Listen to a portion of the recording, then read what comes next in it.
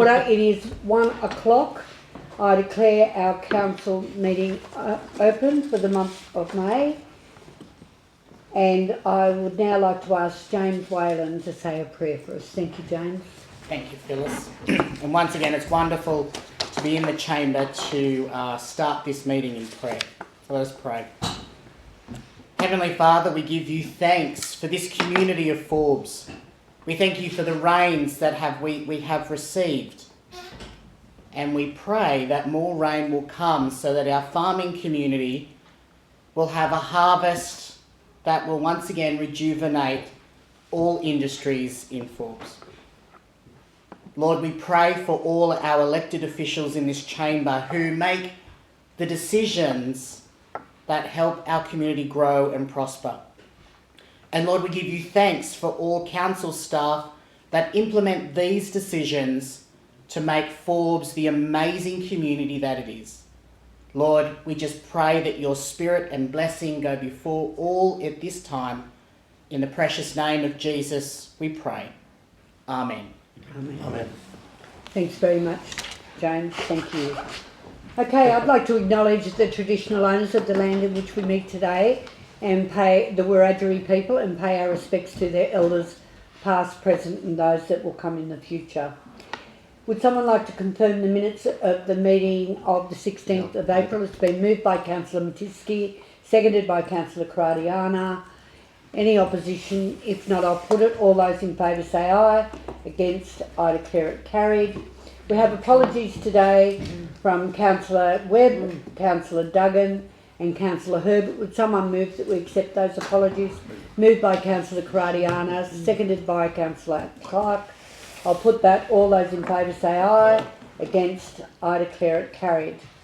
The people that have died in the Shire over the last month: Pamela Joan Antill, Elizabeth Beth Smith, Alan Thomas Green, David Herbie Pymont, Rebecca Cassidy, Carl Toole and Sean Kelvin Lindsay. Would you please stand for a moment's silence for those people?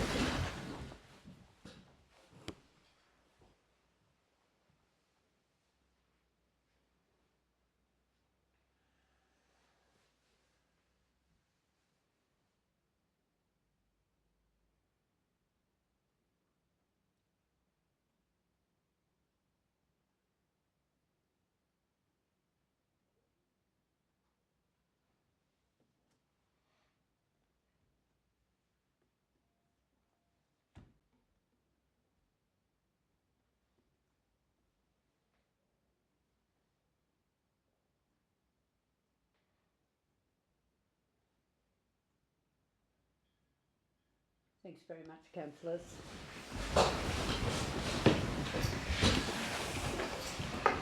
I'd like to move that we send a letter of condolence to all the families. Yes, it's been moved by Councillor Royland, seconded by Councillor Clark. I'll put that. All those in favour say aye. Against, I declare it carried. Is there any presentations from any councillors? If not, we'll move on. Very excitingly today, we've got some new employees and we're very excited to have you all.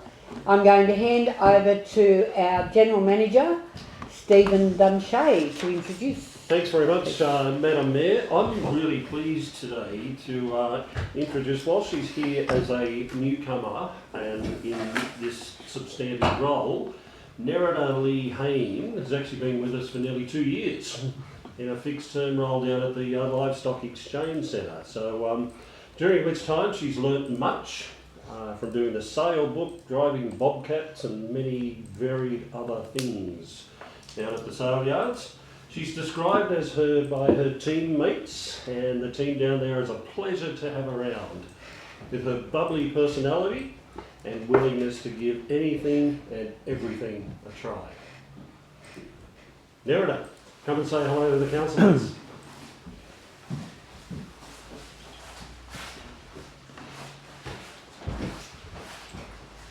Hi, my name's Nerida. I work at the Central West Livestock Exchange. I've been working there for 2 years. I really like working around the livestock and cleaning the yards and just making sure everything's maintained for when the agents come in and they have a nice clean environment for the buyers to come and buy some stock. And yeah, thank you. Welcome. Good on you, Mary. Thank you. I'll now hand over to our Corporate Services Director, Stephen Maru. Thank you, Madam Mayor. We have 2 new staff to introduce in corporate services today, both of which are from the corporate business team. So I'll start with Lorenz Fintech because she's been here the longer of the 2. Loren's been here for roughly 3 weeks now and she's already made quite a bit of an impression. So I'm hearing a lot of good stuff about you through various channels, so come on down. Thank you. My name is Lawrence Fintech. I'm one of the new business support officers here at Council. I've come from Transport for New South Wales, so I was there for 2 years. So I came in as a business trainee and then I worked myself up into higher duties as an admin assistant. I live in Parkes. I'm locally from Canberra, so I don't think I consider myself a local. I still get lost every now and then. But I'm very excited at the opportunity to be working for Forbes Shire Council, and I'm looking forward to learning and growing my knowledge and career here for the foreseeable future. Thanks for having me.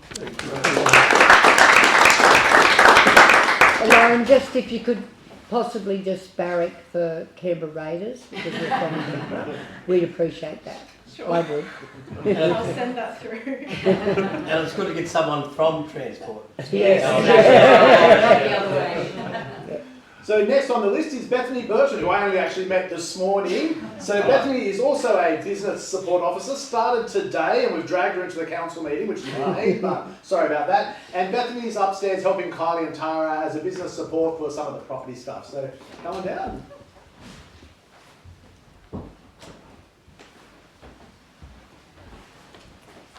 Hello everyone, my name is Bethany Burton and I'll be working in business support and property admin as well. I'm originally a local Forbes girl but did move away in 2020 to study a Bachelor of Music in Newcastle. I've recently come back and I'm really excited to be a part of the community that I do love so much. But I just come back from Tamworth where I worked in the building and construction industry. At a company called Single Builders. But I'm really excited to kind of get a lot of the variety that you learn in council and doing the 2 roles at the moment as well. I'm going to really kind of build on my skill set. So yeah, thanks for having me. Okay, over to our Director of Infrastructure and Works, Dan Spears. Thank you, Madam Mayor. Our first introduction is a current employee who's been with Council for a little while now, and he's one of our gun concreters, works with Hocko's team, doing our footpaths and whatnot around town. So Michael Cody has been promoted to a civil construction labourer. Could you come up, Mick, please? Hey everyone, Mick Cody. I was a trainee on the council, been on for about 12 months and just put in for the labouring role and got it. Looking forward to working with everyone, seeing everyone around the community. Be good. Thank you. And in the same position we have a brand new starter, we have Clyde Grady.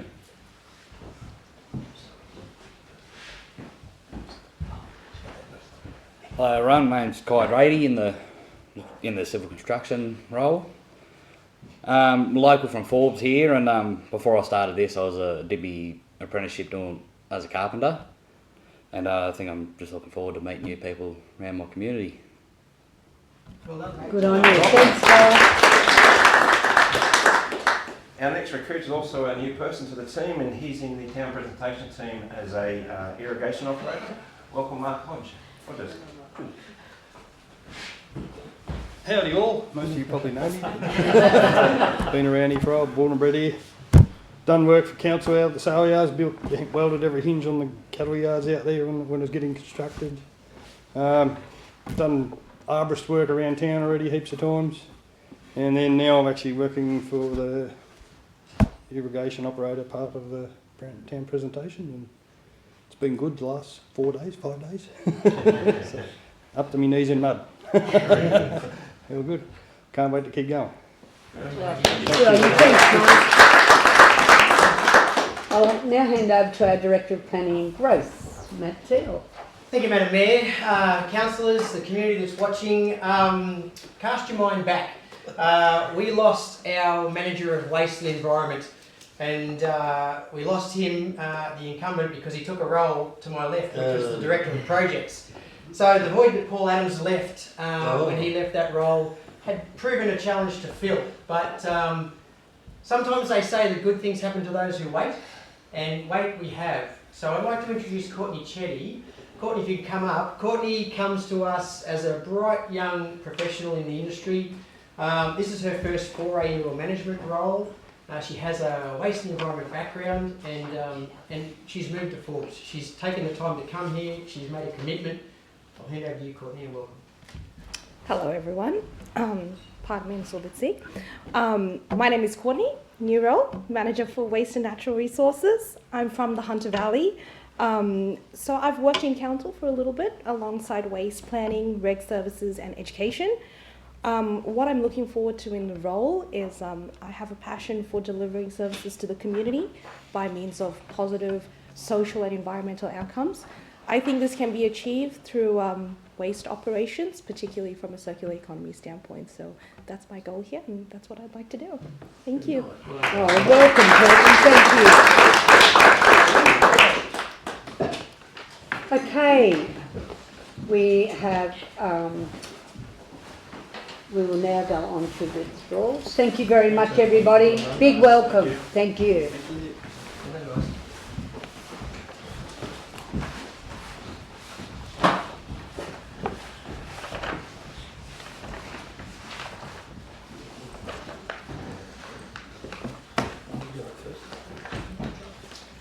Okay, we're going to start with matters in progress. Starting on page 9. Just a question from 1 through to 5. Is that all the homemaker centre stuff that's involved in it? It's all okay to go now? Everything's pretty well done? We just got to Well, it's being done. Yeah. If you want, I can talk about the property sales, you talk about the rest. Listen, don't fight over, boys. No, it's it's good. Through you, Madam Mayor, thank you, Councillor O'Reilly. It's at the risk of sounding like a goose, I'll say excellent question, because it really is a red letter day. So the endorsement of the proposed subdivision has been done and dusted through Bunnings. That subdivision has now been registered, so the lots are created. So that in turn signifies the ability for council to complete land sales, which the Director of Corporate Services will probably speak about in a second. I won't steal his thunder. Is that why you've got a smile on his face? Yes, Yeah, right. but it's been a lot of hard work to get to this point. A lot of different hands have been on this matter, both internally, at council, externally. Too many people to name, but thank you everybody that's gone on the journey to get this achieved. It certainly has taken a while. It started right at the top with the Mayor, and it's flowed all the way down through the staff, the councillors, external agencies and bodies, but we finally got there. So I'll hand over to Stephen. Thank you. Thank you, Matt Teal. Through you, Madam Mayor, yes, so lot 6, we're pushing for early settlement for that particular lot with the purchaser. Lots 4 and 5, the sales dates are already booked. Lot 3, I believe, is in discussion as well, and which will, after that, we'll leave 1 lot left. So hopefully we'll have a few sales before year end. And do we have another lot somewhere there? That's lot 7. That's still available. There's an agreement, but there hasn't been exchanged. It's just what I was asked the other day, is there a lot available to build something there? No. That's all done with. Thank you. That's all I've got. So just to clarify, is there any further blocks that we have up there? Madam Mayor, I don't believe so, no. That will be all. That's all right. I know. Okay. That's a Very good good. story. Okay, page 10, 11, 12, 13, 14, 15, 16, 17, 18. How good's that? Okay. Councillor Rowland, you've got the first withdrawal on page 21, the Welcome Experience Program. Thank you, Lady Mayor. Just a question on that. Is that a question before? I'll move the recommendation anyway. But the other question is... Okay, it's been moved by Councillor Rowland, seconded by Councillor Matisky, yes. Do we get some finance for that? Is that what that's all about? Or do we, that's still part of Forbes Shire Council funding? Apparently there's some funds attached to it, isn't there? Yeah. There was initially. It's part of the JO, my understanding, through Madam Mayor, my understanding is it's part of the JO, so I'll take on notice the exact amount if we're putting any, but my understanding is it's part of JO. What it is, it's not, it's us.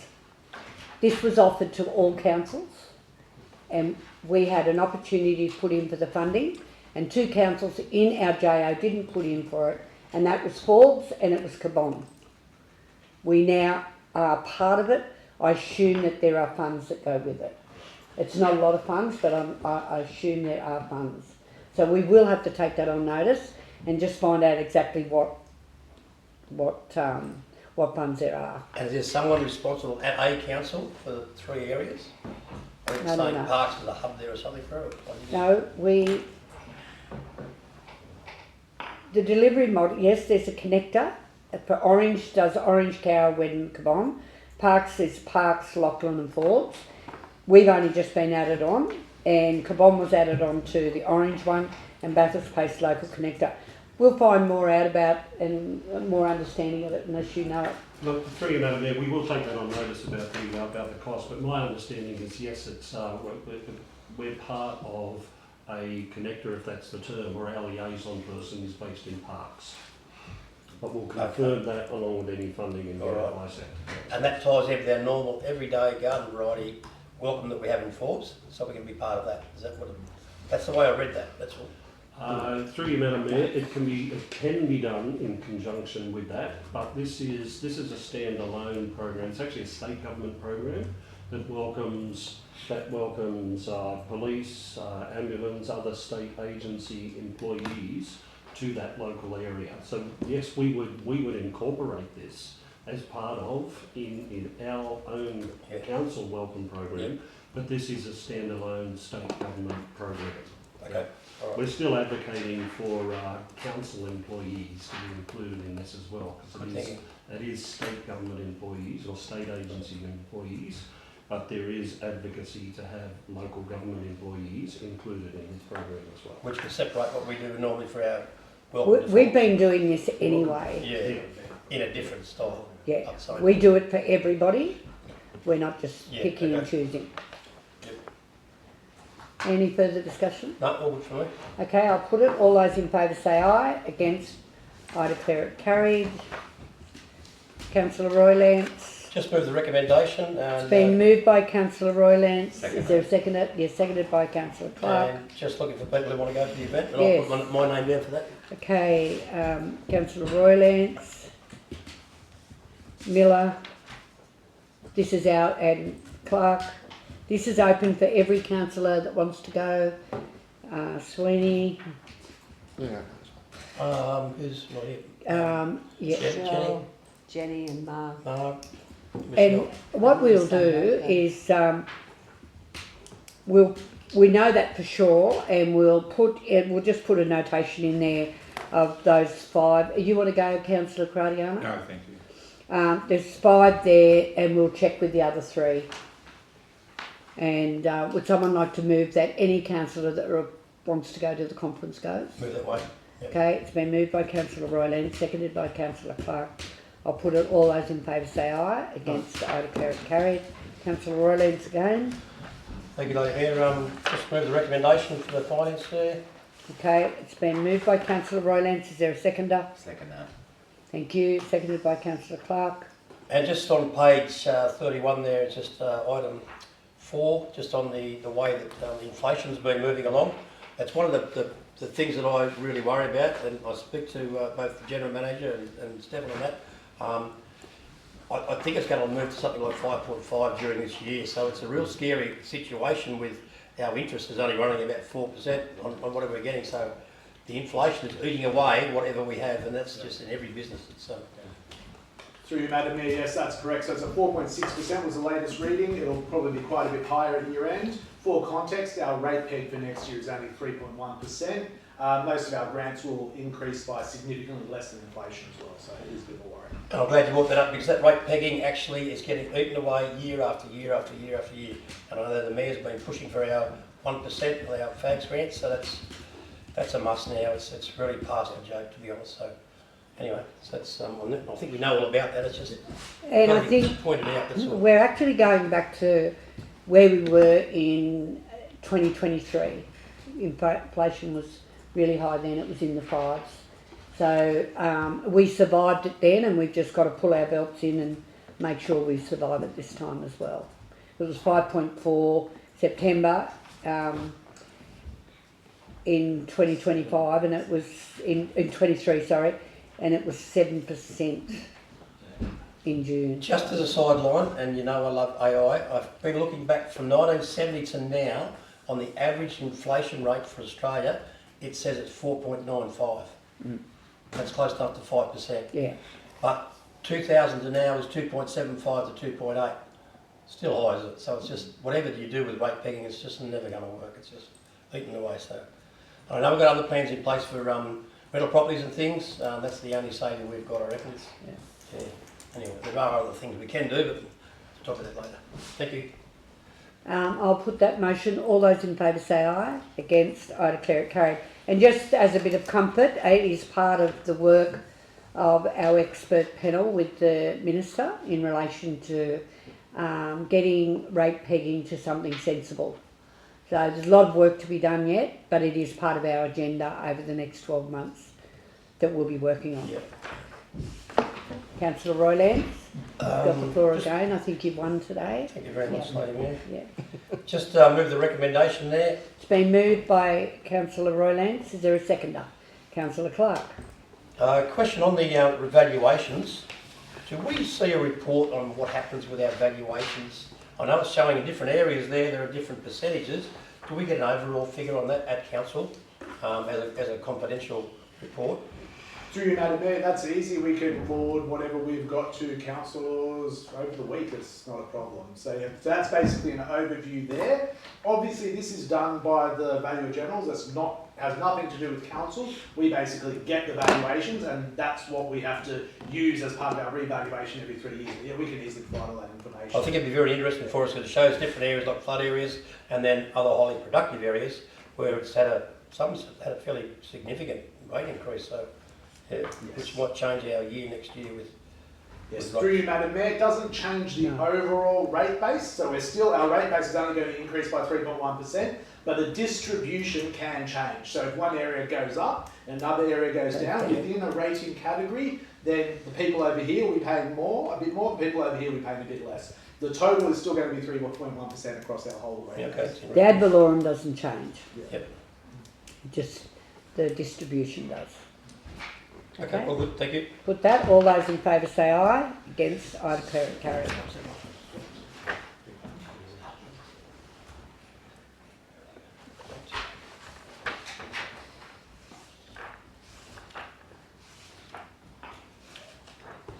Councillor Matisky. Madam Mayor, before we move the recommendation, could we add that we sell tickets to the Frost and Fire over the front counter? Because I think there's a lot of people who are not computer literate. Through you, Madam Mayor, that's not a problem. So what we can do, we can actually help people buy them over the counter. Book them. It goes through 1, 2, 3 ticks, but we've always been able to help people at the front counter and down at the VIC to actually buy the tickets for them at the front counter. Can we advertise that then? Yep, not a problem. Okay, I'll move the recommendation. Okay, so we've added that tickets can also be sourced at the Visitor Information Centre and the front counter at council. Thank you. And then receive and note the report and provide any feedback. Okay, it's been moved by Councillor Matisky, seconded by Councillor Clark.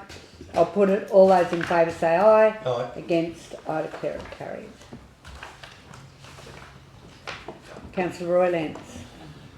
Thank you, Lady Mayor. I'd just like to move that recommendation as is. Yes, it's been moved by Councillor Roylance. And second it. I'll second that. Yep. And thank you. I just want to say that I have looked at that and I have studied it. I just think that it has gone outside of our rules. I had a good think about this. and we've got other avenues that they can hire equipment for that, whereas we're not set up for that. Our original intent for all the gear we've got was to use in our own events that we have on. Yeah. Whereas I think there's two other people that rent this equipment out. Yeah, and we do too, of course. Yes. So yeah, I'm not too sure about giving it away for free. That's all. So that's why I'm saying I would like to stick with a recommendation. Okay, it's been moved and seconded. Any further speakers? If not, I'll put it. All those in favour say aye. Against, I declare it carried. Councillor Rowlands.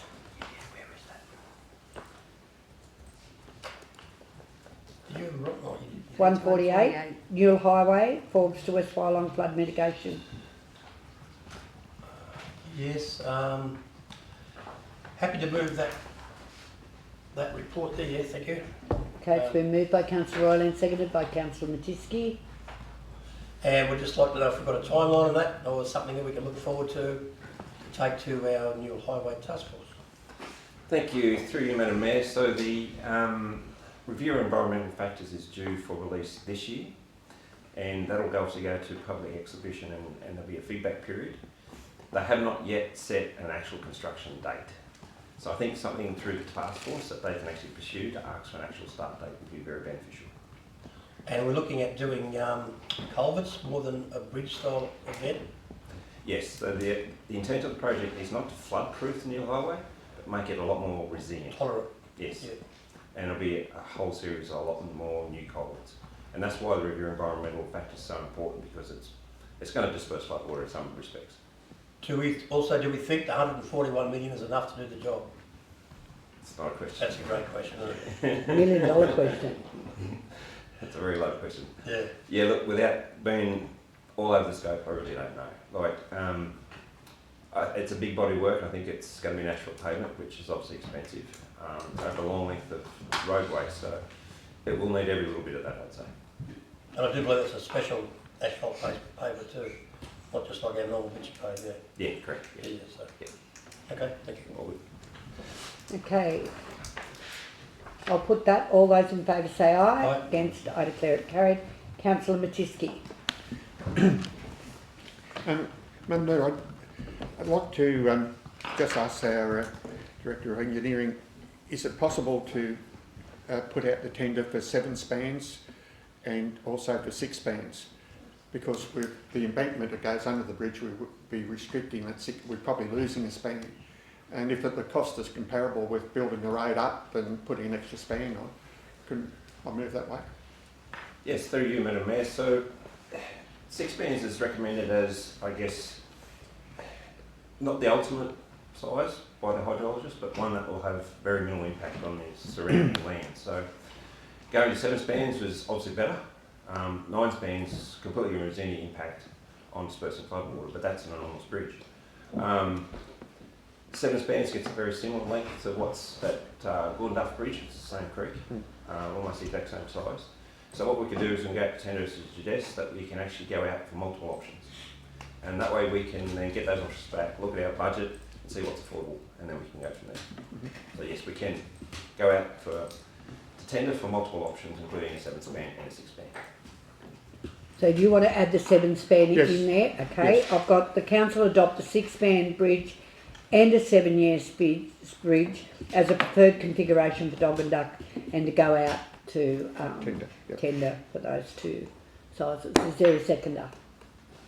Seconded by Councillor Sweeney. Any opposition? If not, I'll put it. All those in favour say aye. Against, I declare it carried.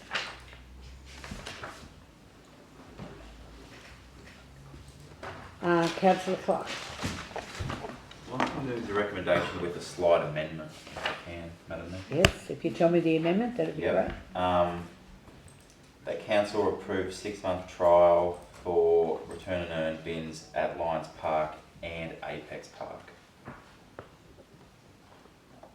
Just with the new refurbishment at Apex Park, I believe it'll be beneficial to add a couple there. Okay. But other than that, happy to move the recommendation. Okay, so we've added that in. It's been moved by Councillor Clark. Is any seconder for that? Seconded by Councillor Sweeney. Is there any opposition? If not, I'll put it. All those in favour say aye. Aye. Against, I declare it carried. Councillor Roylance. Just on item 19.9, which is the annual local roads congress. I'd like to put my name down on that too before we move that, so we can just see who wants to be involved in that. I think that I keep saying the director of engineering, and I'm probably always going to say that, so that's fine. Yeah. So I think Dan might want to get onto that. But that's, I'm not interested in that. I can only worry about you councillors. That's up to the General Manager. That's fine. And Councillor Matisky. Okay, any further? Okay. So that Councillor, the delegates be Councillor Matisky and Roylance. Okay. And move that way. And the General Manager will allocate the other appropriate staff. It's been moved by Councillor Roylance, seconded by Councillor Clark. I'll put it. All those in favour say aye. Against, I declare it carried.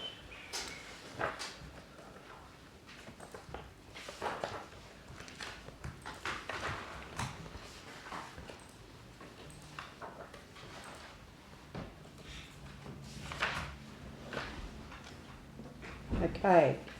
Councillor Roylance. Thank you. Can I just move that recommendation? It's been moved by Councillor Roylance. Is there a seconder? Thanks, Councillor Clark. I'm glad you're sitting there and awake this afternoon. It's been seconded by Councillor Clark. Do you wish to speak to it? So just a question. Have we finished all the power to all the sites on CWIP? So we've got everything in place for that now?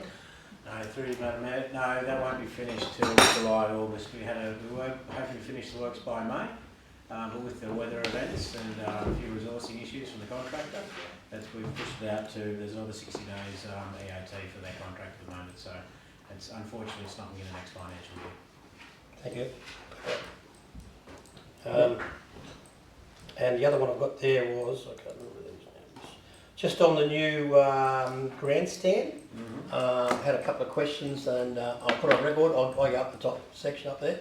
So they were asked, do we pay to go up to the top section by members of the community, or do you have to be a member of the football club? So I don't know what the real deal is there. I don't think there is any rules at the moment, so that's something that will have to be considered with the football club itself. Okay. We're just at the moment just letting everyone make sure that everyone gets an opportunity to have a real good look at it. And then we'll have to sit down at some stage and have a meeting with the football club. And it's an incredible facility. We're very lucky to have it, I can tell you. Thank you. Okay. And do you want to add that, receive the major projects report and convene a meeting with Forbes Rugby League Club to open the air on that one.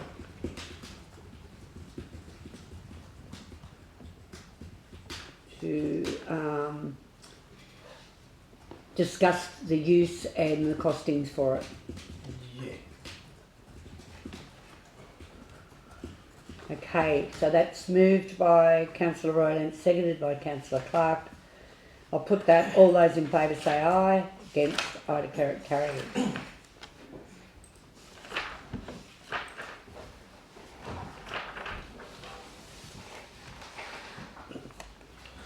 Councillor Roylance. I feel like a bit like a yo-yo, but anyway, so we've 21.5, just the flying minute that we had for the co-funding of the grant. We're looking to take some money away from different sections. The MEC Works, which was already allocated to it, Lions Park sound equipment, and the co-funding budget. So that'll be 100 grand we got there. And I have spoken to Steph about this. Do we have any way of retrieving that money? We're not getting any money out of the MEC people now, so is it something we've got in place to sort of get some sort of cash flow back in on that?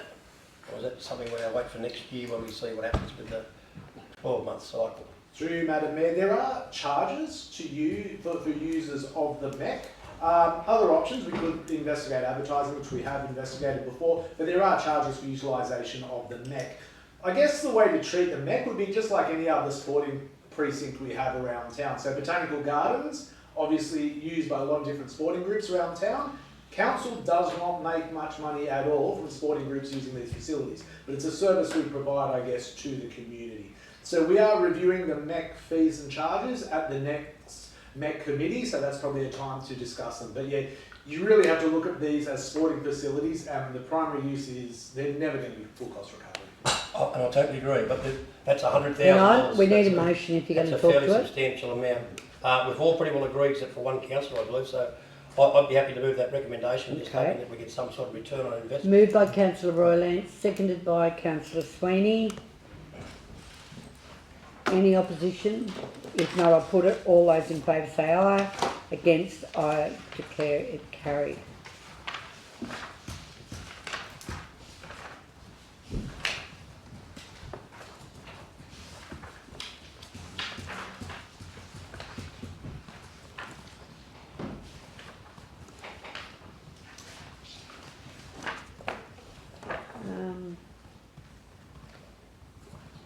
Yeah, this is it, isn't it?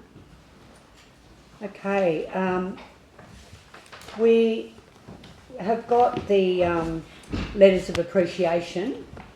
Now, you can do that now, or we can do the development application and bring this forward. It was listed. So you're sick of hearing me, is that what you're saying? Yes. No, I'm just saying. Is that live? You can do the. No, we'll do the other one, yeah, we'll do it. So we'll bring forward the Director of Planning detailed report in relation to development application dwelling shed at Wanderi Lane. So I might step out. yeah, okay. And Councillor, can we note that Councillor Karadiana has left the chamber? I'd like to move that we move into open discussion. It's been moved by Councillor Clark that we go into open discussion. It's been seconded by Councillor Matisky. I'll put that. All those in favour say aye. Aye. Against, I declare it carried. Okay. Madam Mayor, we had our public forum earlier. We just, as a council, I believe there's quite a few questions that the councillors will have. First question that I have is, the applicant's representative said that because it's low risk flood liable land, that the house will be using fill. Does that mean that the house will be on a mound of some type? Yes, through you, Madam Mayor. Thank you, Councillor Clark.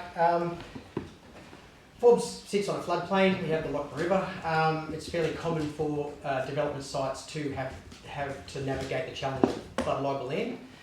The specific area of this site that they're proposing for the improvements is in a low hazard area. Forbes Council's DCP, Development Control Plan, allows certain developments in low hazard areas. That includes the filling of sites up to 1/3 of the site with fill. What this application is proposing is to fill the portion where the house is going to be and the shed to create a flood-free mound. And that is, I guess, part of the resilience of the proposal to be able to withstand floodwaters and flood inundation. What they do have here in this situation is they're proposing to put a road in, so they will be able to evacuate up to certain events, flooding events. A requirement for council from the assessment staff is to also ask for a flood evacuation plan and a resumption plan. So anyone that lives there into the future understands certain triggers when floodwaters rise and river heights are impending. They can make decisions as to whether they evacuate or stay in place and wait it out. So yeah, again, fairly common to have construction with mounds. That's what this is proposing. Due to the nature of the site being low hazard, it's considered, our development control plan confirms that that filling has very little impact on the surrounding floodplain due to the low hazard nature. Just a question. When it's in low hazard floodplain, is it a requirement for that to go to our floodplain committee? No, Madam Mayor, it's not. So again, this application before you complied numerically with the controls in the DCP, and again, due to being in that low hazard area, If it wasn't compliant, or if it was something that was being proposed in, say, a high hazard, it would then go to or trigger the floodplains referral. But as it is now, it doesn't trigger that referral. Council may consider that to be appropriate if they choose. Yeah.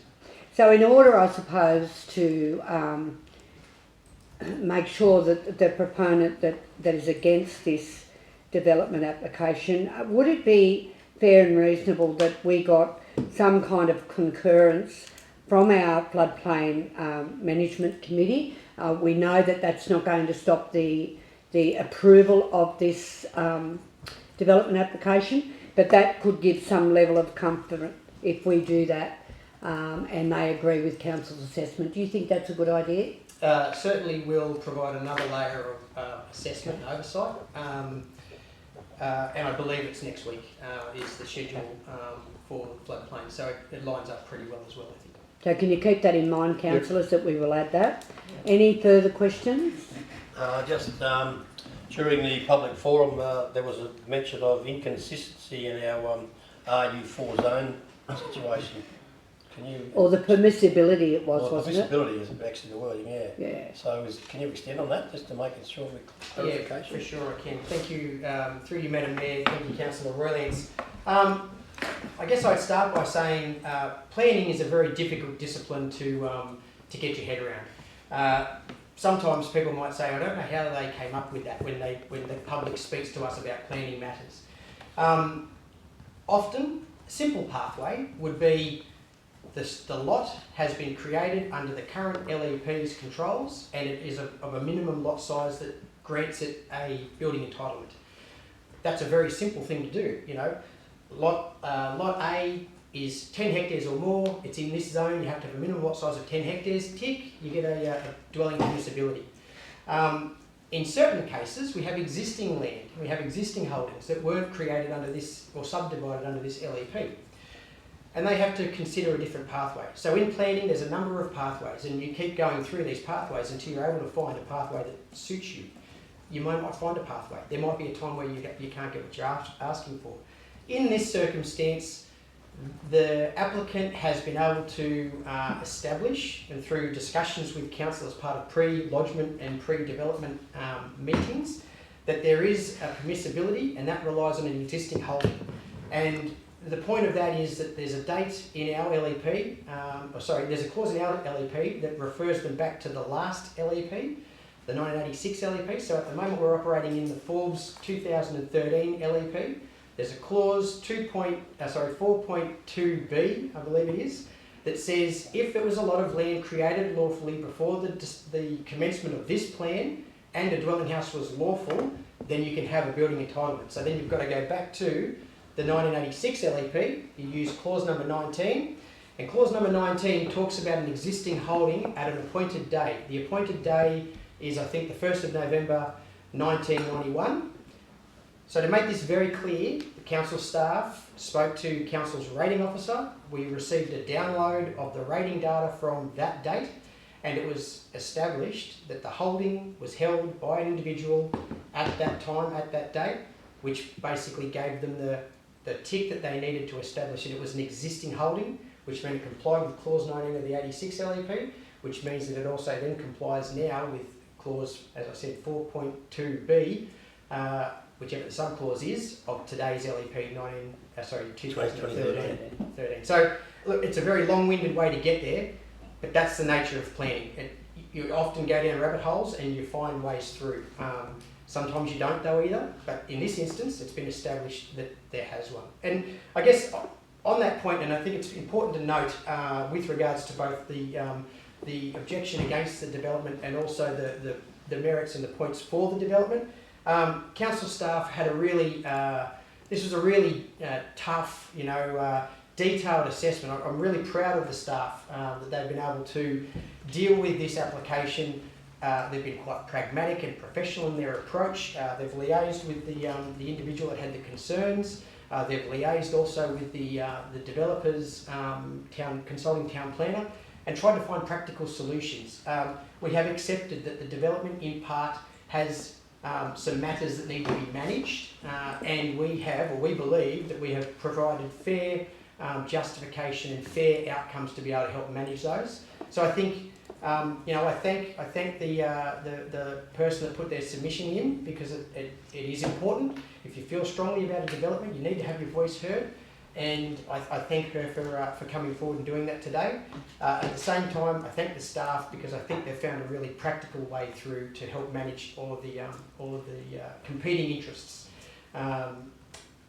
Was there any other questions, Madam Mayor? No, I don't know Just yet. the contamination of the orchard site. Oh, yeah. So through you, Madam Mayor, thank you, Councillor Matisky. That is also a very important matter that was raised.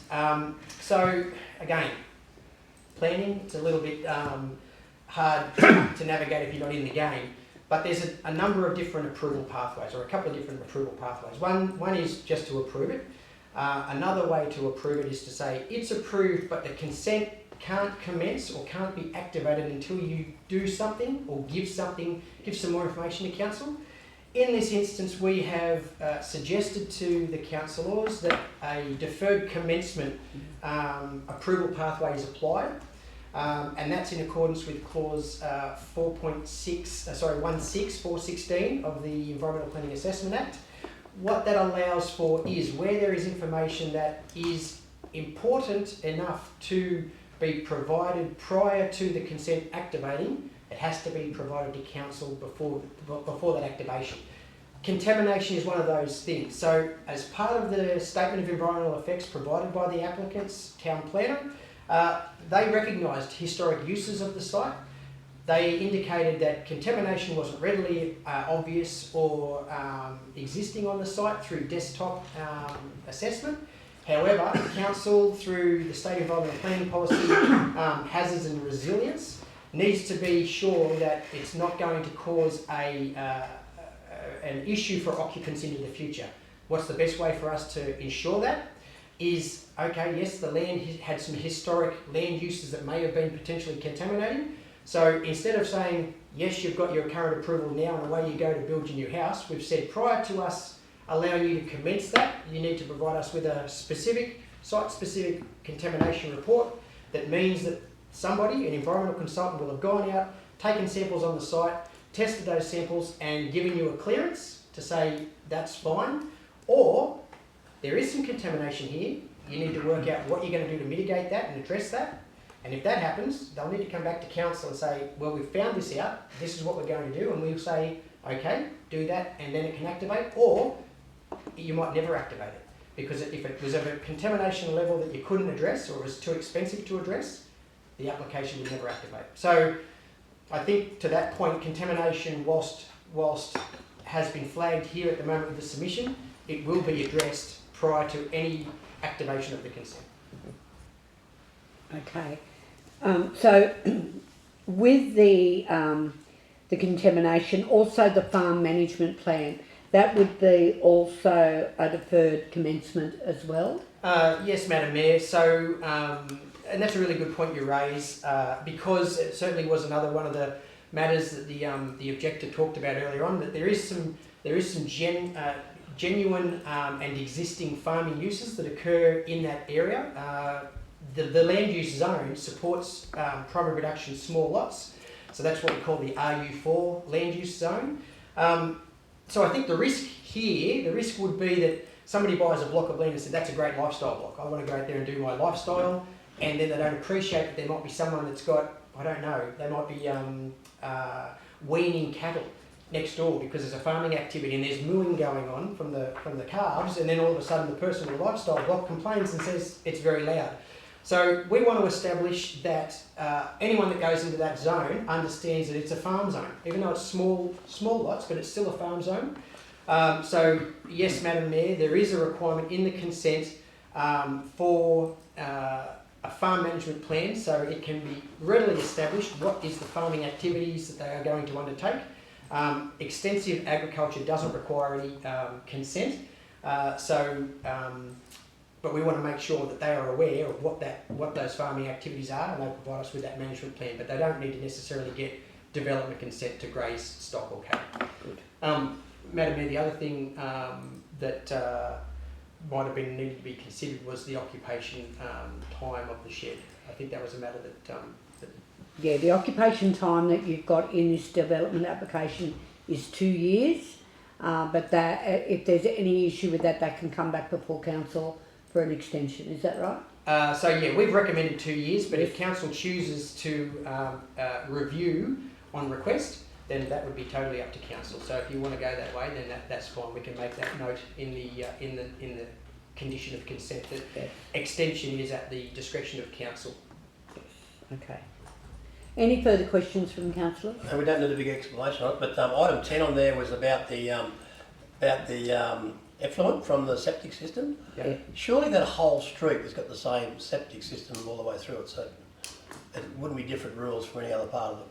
No, so through you, Madam Mayor, Councillor Roylance, it really depends whether or not it's a new house or an old house. So there'll be some old properties out there with old rubble drains and septic tanks, so collection wells that drain into a septic rubble drain. But this would be latest technology, I should imagine. Well, this is, yeah, so current practice for us now is where there's a new septic tank being installed, and if it's flood liable land, and there is no other mitigating circumstances, they have to have an aerated septic tank. An aerated septic tank is what people commonly call biocycles. They're the ones that have the multiple chambers or multiple tanks. Effluent goes in one end, it's aerated and blown around, and then it goes into a secondary treatment system where it gets chlorinated. So there's chlorine tablets that get pumped into that, which kills the pathogens, the bugs, and then it can be irrigated above ground. Unlike in-ground systems that get inundated with water during floods or saturated from groundwater coming up, it takes them a long time to recover after a flood event. Aerated septic tanks basically is you turn them off at the time of flooding if it's going to be inundated, and then you turn them back on, you protect around them so the water doesn't go in there, you turn them back on the next day when the flood waters are gone, and they are irrigating what is water that's generally fairly sanitary above ground. So that's what this system is proposing. But I take your point, and there certainly would be, and across the Shire, there would be areas and places that have old, ancient technology septic tanks, and including flood areas. Including in flood areas. This will be compliant to the rules of today.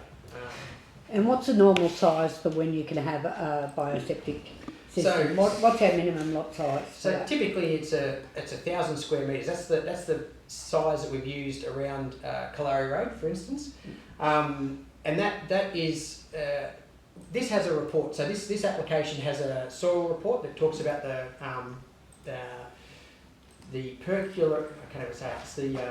percolation of the soil. So it's basically the ability for the soil to accept the effluent when it gets irrigated over it. How long does it, as it goes through the soil until it is dispersed. This report will probably say somewhere in the order of 700-800, could be 1,000 square metres is the irrigation area for the effluent.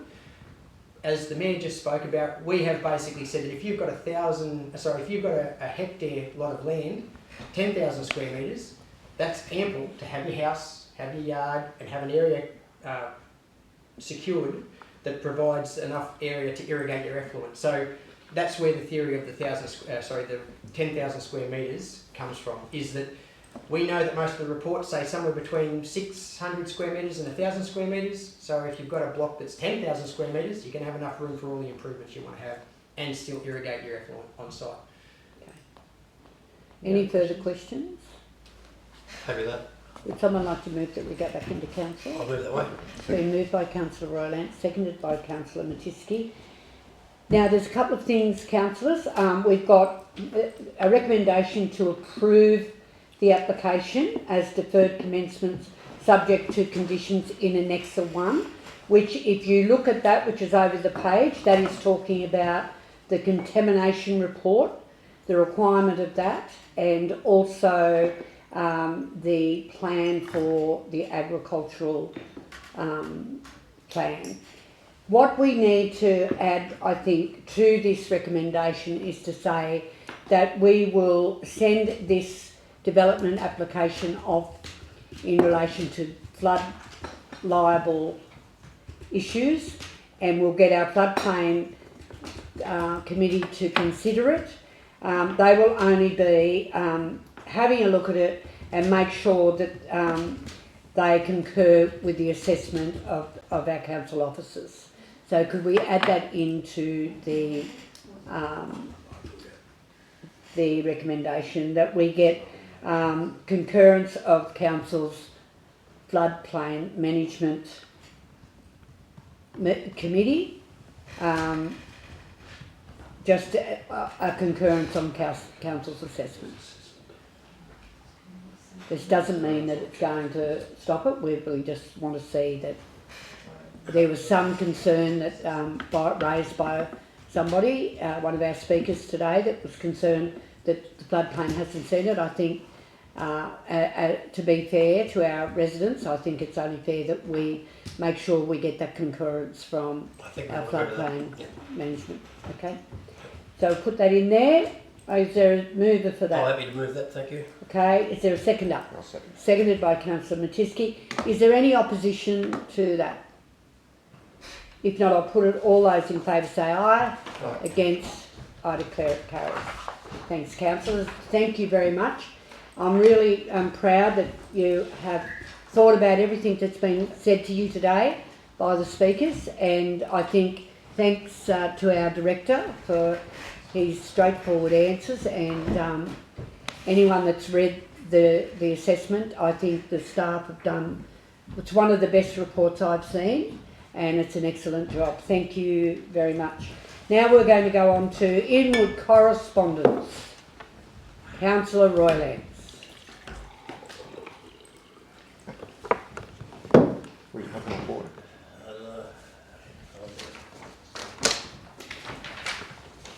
Do you want to just let Councillor Crowley know what happened with that? That's all right. It's all up there on the screen. Yeah. That's all right. I'm all good. Thank you.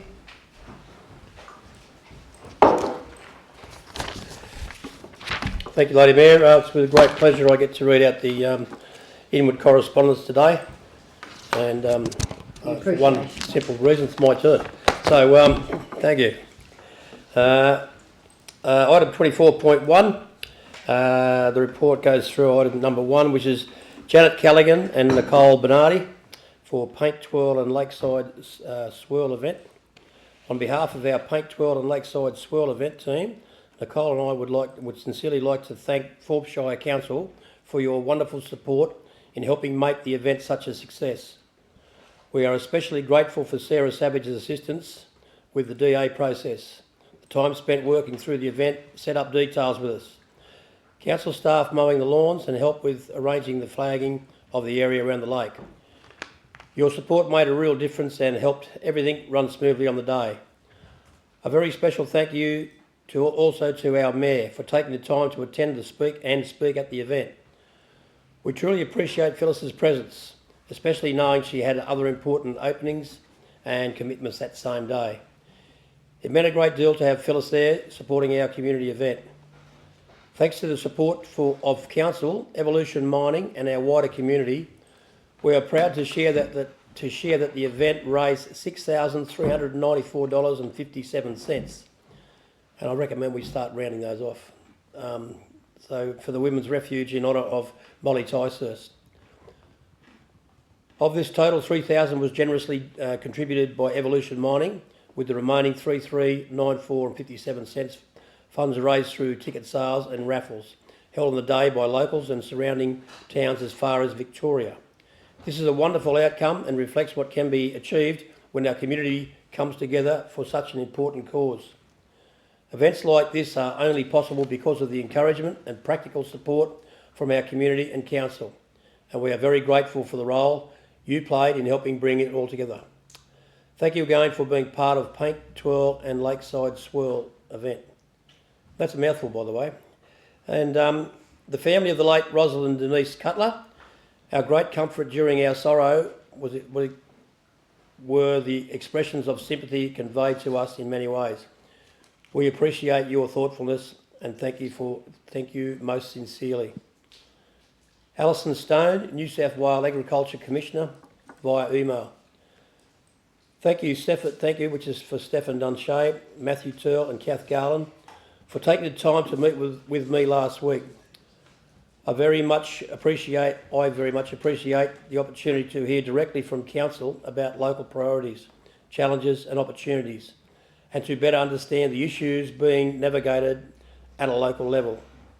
These conversations were valuable in providing on-the-ground content or context and insights, and I appreciate the open and constructive nature of our discussions. It was particularly valuable to hear about the issues facing Forbes, including the next steps for your agricultural strategy, land use conflicts, contaminant feeding, and the current state of the solar thermal renewable energy site at Gemelong. The perspectives shared will be important, and I continue to encourage with council, industry and agencies across New South Wales. Thank you again for your time and for sharing your insights so generously. These next items came from the feedback from the Visitors Information Guest Book, which I encourage everybody to fill in every chance they get. They go over there. 26th of March 2026, guests from Footscray in Victoria. Great stay, fantastic free camping at Wago Park. Guests from Turkley, beautiful, friendly staff, thank you. Guests from Talbingo, all the information I could wish for, great. Alice was wonderful, a wonderful host. 31st of March 2026. Guests from Melbourne, Forbes is a great town and the lady worker was very helpful. Guests from Bellingen, lovely town, great stay. 9th of April, guests from Wagga Wagga, lovely town and Visitor Information Centre staff are amazing. 13th of April, guests from Carragable, lovely town, great staff, Julie was very helpful and friendly. 14th of April, guests from Bathurst, excellent help. 15th of April, guests from WA, great town, Visitor Information Centre was very helpful. 21st of April, guests from Brisbane, lovely town, never changes. Guests from, and it actually has a fair bit, but anyway, guests from Maryborough, Queensland, Forbes is a beautiful town and I will return again. Guests from Canberra, good service about facilities and history of Forbes. Very helpful staff here. 28th of April, guests from Toowoomba, very friendly and helpful staff. Diane Jarrett, Secretary, Canberra Caravan Club, to the Mayor. On behalf of members of the Canberra Caravan Club, I would like to help you know of the wonderful time we had visiting your local area. Whilst staying at the Forbes Apex Caravan Park, members of our club in 6 caravans travelling to Forbes on Monday the 16th of April to Wednesday the 16th of March to Wednesday the 18th of March, on what we call a roving rally travelling roadshow by the sound of it, through 6 country towns. Our members spent a total of nearly $3,000 during our short stay. This was made up of site fees, groceries, fuel, personal shopping and sightseeing in and around Forbes area. We also visited several coffee shops in the area. I'm sure you will agree that caravanners are an important source of revenue to regional communities and a useful contribution to tourism in your local area. We wish to compliment the managers and staff of the facilities at the Forbes Caravan Park and the local businesses we visited in your area. The members found them very helpful and extremely friendly. Hopefully we as a club will visit the Forbes Shire again in the near future. Amy Shine, Forbes Preschool, please pass on how much I enjoyed the International Women's Day breakfast along with my team. The yoga was a great start to the morning, food delicious and the speakers were thoroughly enjoyable. I will definitely go again, hopefully bring more of our team next year. Maria Bullock via email to the Manager, Community and Tourism. I want to thank you on behalf of my family for the incredible effort and care you have taken or you have given to the project steam engine. I was moved to tears yesterday when I detoured past Lions Park to see how the engine looked on her new slab of concrete and through hang on. Anyway, is it that a plaque? Oh, she's talking. Okay. Thank you. Is it enough? I was determined that the engine would not fade into history, with no one ever realising its history. You have brought this idea to life in the most absolutely perfect way. You're amazing, and we are forever grateful. Dorothy Woodcock and Zelma Grayson from Country Women's Association, New South Wales.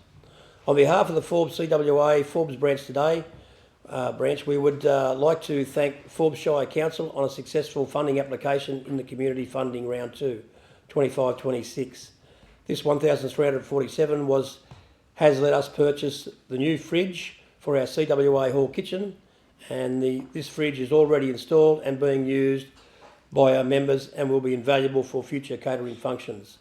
And we probably used it today. Catering for those functions, together with other fundraising events, help to maintain our hall and enable us to raise funds to help support community groups.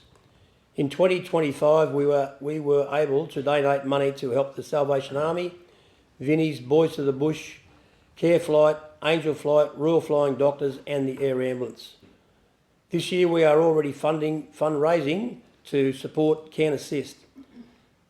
Apart from your monetary donation, our members work hard knitting, and apart from their monetary donations, our members work hard knitting and sewing articles for use by the Forbes Hospital, Preschool, Gemalong Residential Village and other organisations when requested. In closing, we would like, again, thank you Forbes Shire Council for our successful funding under the Council's Community Funding Program. Wayne O'Neill is the President of the Rugby Union Club. On behalf of the Rugby Union Club, I would like to pass on the thanks in relation to the very good state of the grounds at Grinstead South Circle over the weekend. Hasn't got a date there for that, but there were a number of comments, not only from the locals, but also the visiting sides from Mudgee and Bathurst. Well done, and please pass on congratulations to your team. Thanks also to Tim Smart's team. We had a report of a blocked toilet in our change rooms. We called and reported that it had been done and it was fixed within an hour. Chris Favell, Chair Forbes Dragon Boat Club. On behalf of the Forbes Dragon Boat Club, I sincerely thank Forbes Shire Council for the support of our Dragon Boat Club Fun Day, held on the 22nd of March 26. The lakeside lawns look beautiful, thanks to the efforts of your team and Council outdoor staff. We gratefully appreciate the provision of bins and willingness of your team to assist with every request in the lead up to and during the event. The day was a great success, with clubs travelling from across the western region of New South Wales to take part in a fantastic and well-supported community event. Your assistance played an important role in creating a welcoming and enjoyable environment for all our participants and spectators. We are grateful for the continued support of the Forbes of the Council and look forward to working together on future events in Forbes. Joanne Nibbs and sister. Thank you, Madison Blockery of Ireland. Thank you very much for all your help with having our parents move to their plot at the Forbes Cemetery to be next to our brother. We have placed a temporary marker until we can organise something more permanent. Could you please extend our deepest gratitude to the gravedigger, Michael Teal? And he was absolutely brilliant, very kind and helpful. He went above and beyond to make sure that our wishes were respected and that the grave and site was ready and suitable. We cannot thank him enough. You have a great team there. Lara Dwyer, could you please pass on the sincere thanks to Richard, Jane, Phyllis Miller, and also extend to our thanks to Pat Woods for your support. It was truly made a difference for our swimmers and wider community.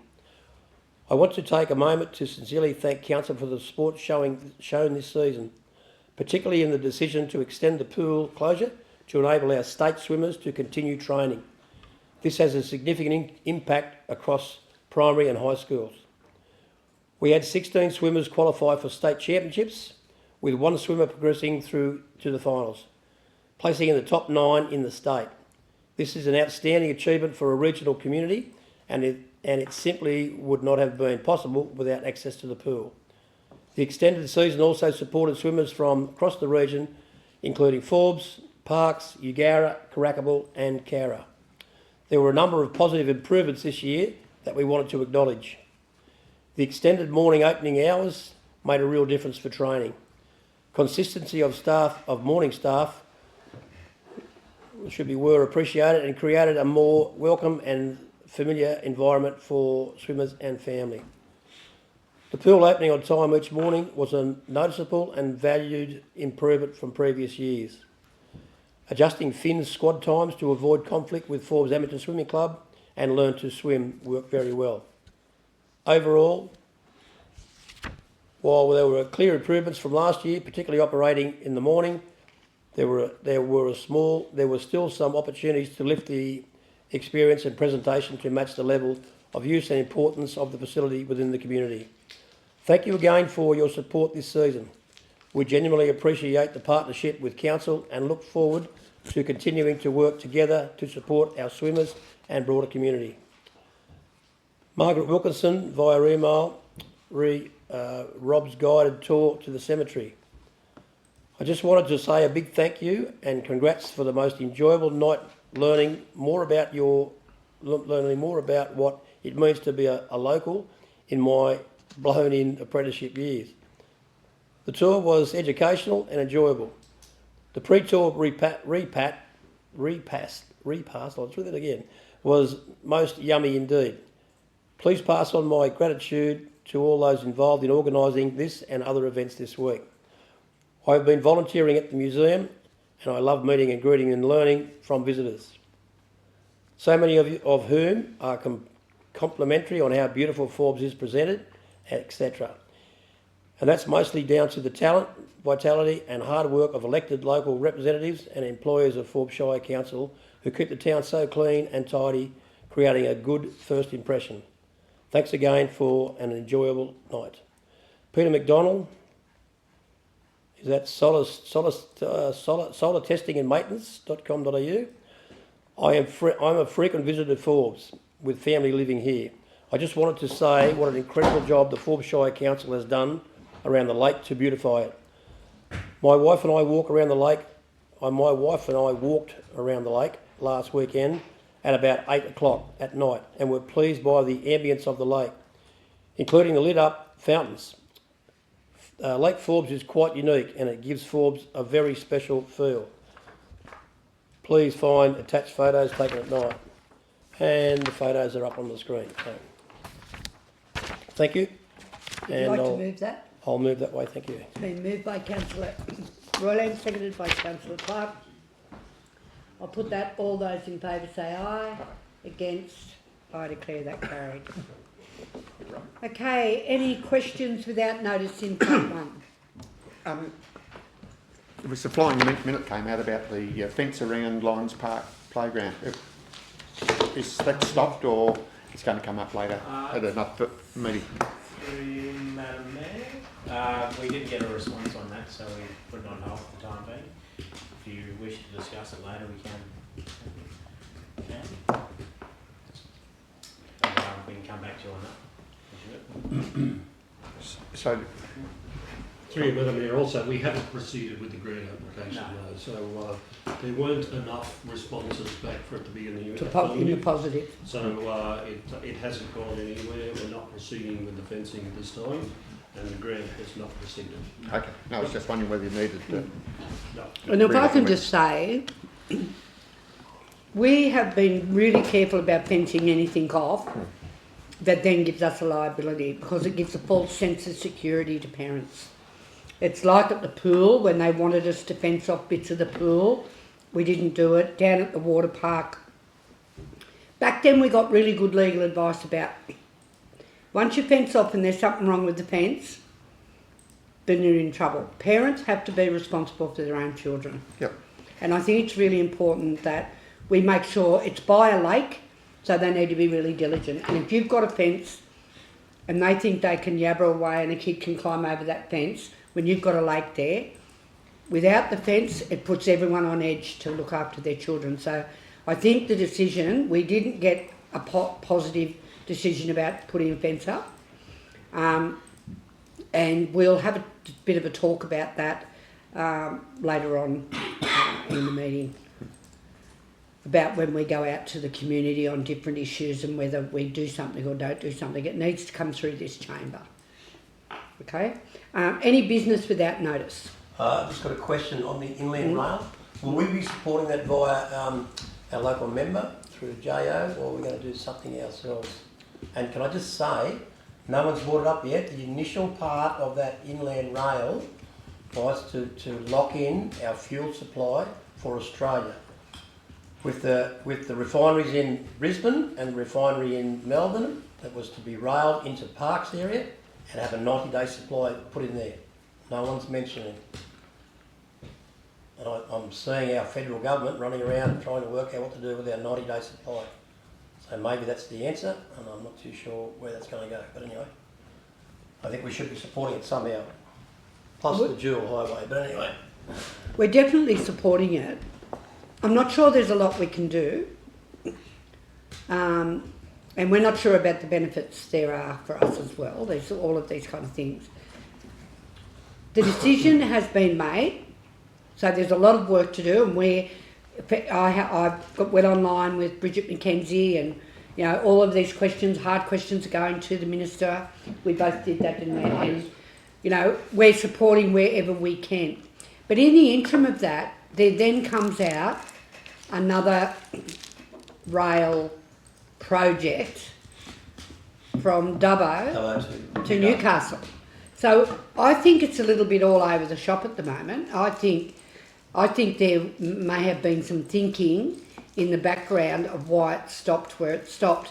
But we can honestly say that Minister King, when we were down there for the JO, she categorically said that they were going to fund it to Parks so they could get some contracts in place to start to get some income onto that inland rail. So we'll do whatever we can, and I know there's a will of the council and the community to support it, and we'll certainly do whatever we can, because there's councils that have spent a hell of a lot of money all the way up that line, and businesses, and they're all getting left in the lurch. So we have to stick for all of those people right along that corridor.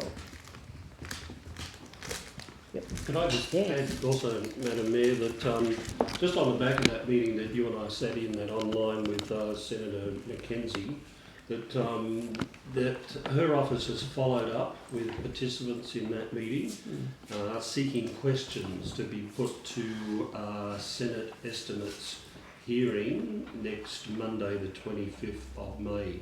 And based on questions the Mayor raised at that meeting, I've actually put forward a question directly and related to the Mayor's comments in that meeting that states, just bear with me. So the question specifically that will be raised at Senate estimates, quoting Mayor Miller, is will any property acquisitions for the incomplete sections from Parks to Brisbane, either currently underway or in negotiation, continue, and will any further acquisitions needed for those sections be pursued? So seeking some direct answers as to whether this is dead or is it deferred.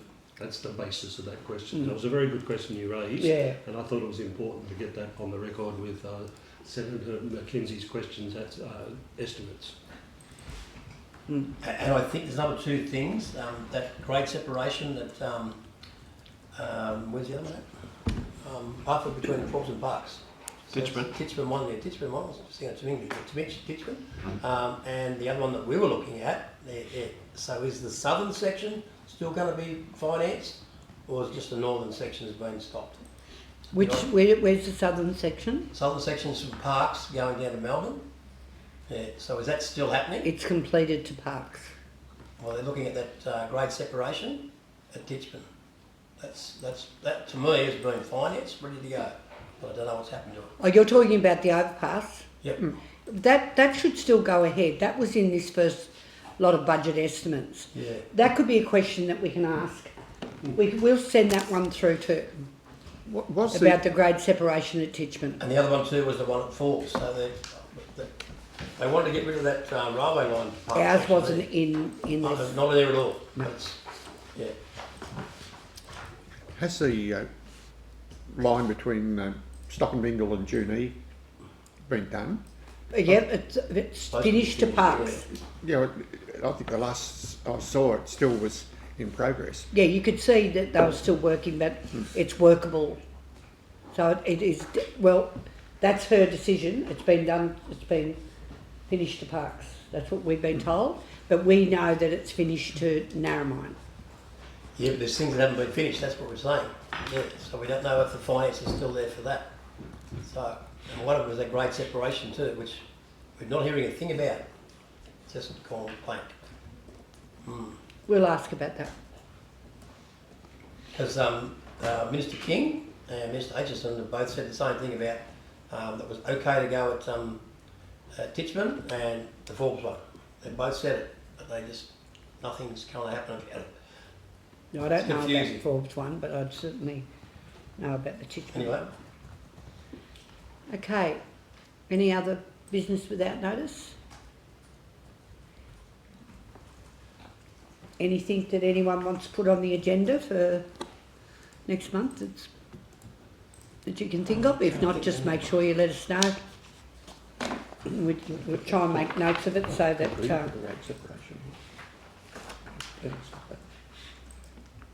if there's no further business, would someone like to move a machinery motion for the matters that weren't withdrawn? Been moved by Councillor Cradiana, seconded by Councillor Clark. I'll put that. All those in favour say aye. Against? I declare it carried. It is 2:20.